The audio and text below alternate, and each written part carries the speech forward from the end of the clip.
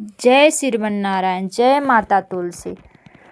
नारायण पूछे तुलसी से, मनवा के बात हो। नारायण पूछे तुलसी से, मनवा के बात हो। नारायण पूछे तुलसी से, मनवा के बात हो।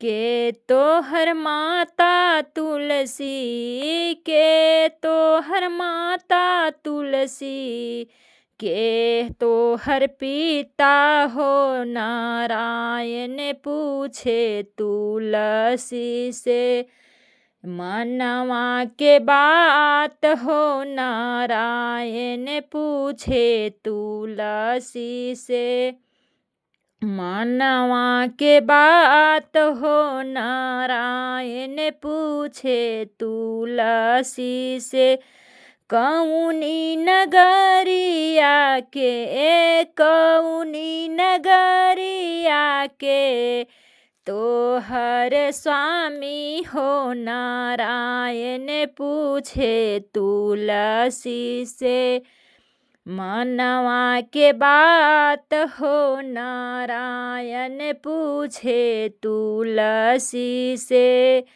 मनवा के बात हो। नारायण पूछे तुलसी से, हंसी बोले तुलसी भी, हंसी बोले तुलसी से। तो सुनी नारायण जी, धरती हमर माई हउए, ए धरती हमर माई हउए, मेघ हमरे पिता हो। नारायण पूछे तुलसी से, मनवा के बात हो। नारायण पूछे तुलसी से, मनवा के बात हो। वृंदावन नगरिया के, वृंदावन नगरिया के घन श्याम हउए स्वामी हो। नारायण पूछे तुलसी से, मनवा के बात हो। नारायण पूछे तुलसी से, वृंदावन नगरिया के, वृंदावन नगरिया के घन श्याम हउए स्वामी हमार हो। नारायण पूछे तुलसी से, मनवा के बात हो। नारायण पूछे तुलसी से, मनवा के बात हो। नारायण पूछे तुलसी से,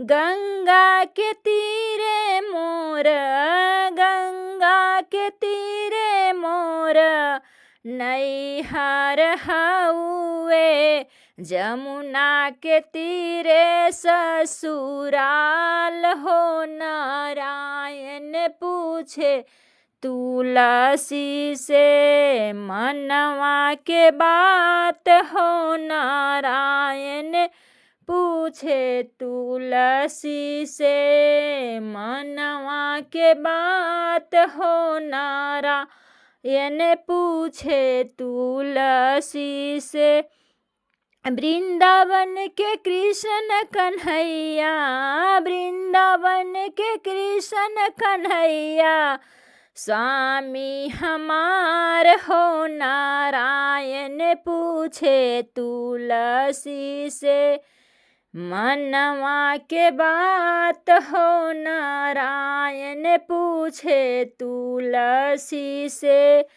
मनवा के बात हो। नारायण पूछे तुलसी से, वृंदावन के कृष्ण कन्हैया, वृंदावन के कृष्ण कन्हैया स्वामी हमार हो। नारायण पूछे तुलसी से, मनवा के बात हो नारायण पूछे।